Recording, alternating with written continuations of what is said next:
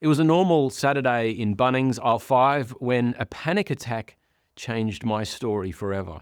Right there between the power tools and the bolts, I had sweaty palms, my heart was racing, and I was tight-chested. I tell you more about it in my book, but here's the thing. That panic attack was my wake-up call. The story I'd been telling myself about success was burning me out. The gap between how I thought life was supposed to go and how it was going in real life became so large that I fell apart. You see, on the outside, I was a successful CEO, an award-winning journalist, a husband, and a father of 4. But on the inside, I was stressed and depressed.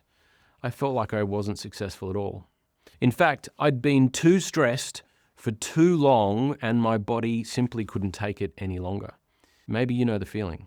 Fast forward, and I'm doing well. And I've learned some incredibly powerful lessons. First, I'm not alone and you're not alone. And that matters because we're all in the midst of a burnout crisis. The research says nearly half of us feel stressed at work most of the day. And second, the stories you're telling yourself in the midst of all of this stress and chaos are either propelling you forward or they're holding you back. But here's the great news. You're the author of your own story, and so that means you can rewrite the script. This is a book that makes that process easy. It's a very personal and practical guide that combines my research and interviews with the lessons I've learned from decades in business and journalism. I help you separate your identity from your work to flip the script on burnout, self-doubt, and that old classic, imposter phenomenon.